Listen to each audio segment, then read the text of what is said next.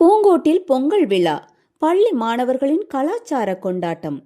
ஆற்காடு அருகே பூங்கோடு கிராமத்தில் smiles India Vidyashram பள்ளியில் பாரம்பரிய முறையில் பொங்கல் விழா கோலாகலமாக நடைபெற்றது. போகி முதல் காணும் பொங்கல் வரை மாடு பூஜை, புது பானையில் பொங்கல், பொங்கலோ பொங்கல் என அனைவரும் முழக்கமிட்டனர். மாணவர்களின் கலாச்சார நிகழ்ச்சிகள் பார்வையாளர்களை கவர்ந்தது. செய்தியாளர் கார்த்திக்.